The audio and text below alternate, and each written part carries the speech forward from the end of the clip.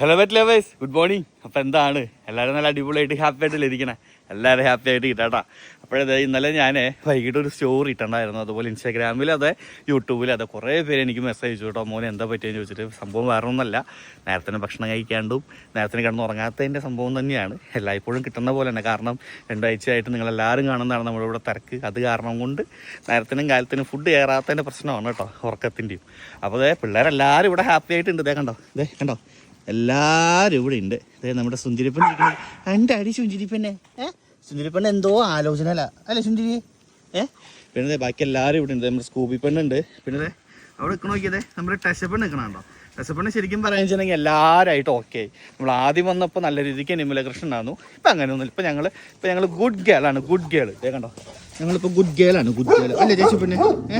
അതെ ഇവിടെ നമ്മൾ എന്താ